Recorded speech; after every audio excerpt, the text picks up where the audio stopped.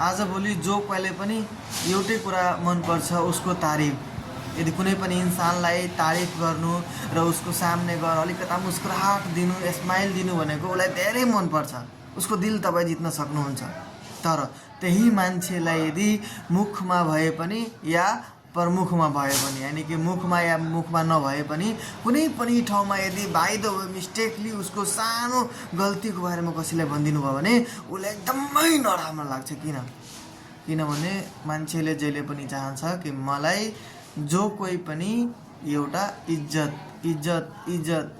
Prestige मात्रै एउटा उसको तारिफ गरोस् भनेर उसको सोच हुन्छ, जसले गर्दा मान्छेहरू पिछडिएको छ। यस्तो हुनु भएन, यो ठुलो बिमारी हो मान्छेको। मान्छेलाई जहिले पनि उसको बुराइ मन पर्नु पर्यो, ना कि उसको तारिफ मन पर्ने मान्छे जिन्दगीमा कहिले पनि सक्सेस हुँदैन।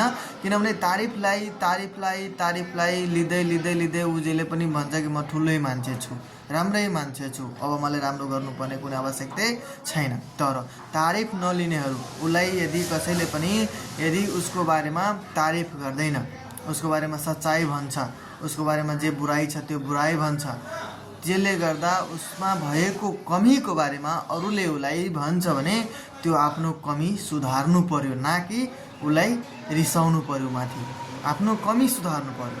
हो, त्यस्तै मान्छे जिन्दगीमा सफल हुन्छ जुन मान्छेले आफ्नो लाइफमा तारिफको सट्टा के पसन्द गर्छ त थाहा भएको भएन? हो, उसले भएको बुराइको बारेमा, कमी कमजोरीको बारेमा कसैले भनिरहेको छ, त्यस्तो अवस्थामा सुनेको बेलामा उसमा भएको कमीलाई हामीले यदि आफ्नो कमीलाई रिमुभ गर्दै पोजिटिभतिर लाग्यो भने will be succeed in your life. Because हामीलाई यो कुराहरूमा ध्यान दिनुपर्छ। यदि सक्सेस हुनु छ भने हामीलाई यो कुरा हुनुपर्छ है साथीहरू।